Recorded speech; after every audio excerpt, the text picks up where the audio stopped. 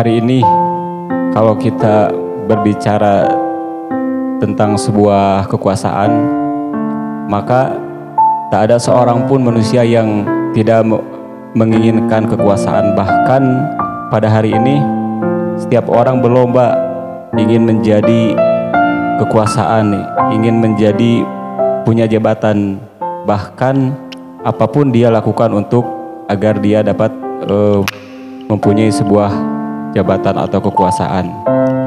Dalam kesempatan kali ini saya ingin bercerita tentang sebuah kisah bagaimana kecintaan seorang Sultan Abdul Hamid kedua kepada Rasulullah SAW. Dalam suatu hari kita kenal Sultan Abdul Hamid kedua adalah seseorang yang beliau tuh berhobi membuat perabotan-perabotan dari berbahan kayu.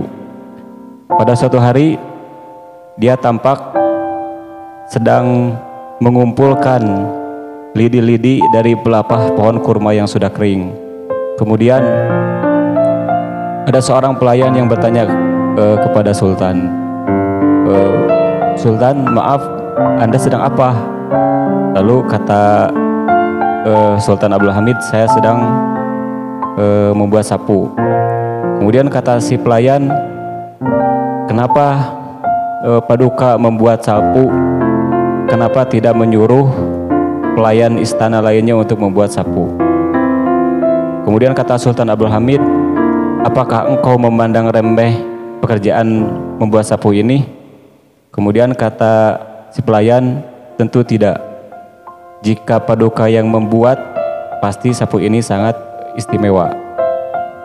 Kemudian kata Sultan, ya, saya membuat sapu ini untuk orang yang sangat istimewa, dan dia akan diantarkan ke tempat yang paling istimewa. Kemanakah Sultan hendak mengantarkan sapu ini? Kemudian kata Sultan Abdul Hamid, ke Madinah Al-Munawwarah, ke makam Nabi Muhammad SAW. Kemudian kata Sultan, Pasya, andai saja aku bisa memilih takdir, aku lebih memilih menjadi tukang sapu makam Nabi Muhammad SAW daripada menjadi sultan. Aku merasa bahagia setiap hari bisa berada di dekat makam beliau, membersihkan, menyapu makam beliau, melakukan sholat dan ibadah di Raudhah. Tapi aku tak bisa.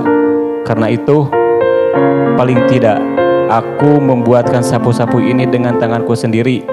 Sapu-sapu ini aku kirim ke Masjid Nabawi di Madinah dan dipergunakan untuk membersihkan komplek makam beliau dan juga masjid beliau.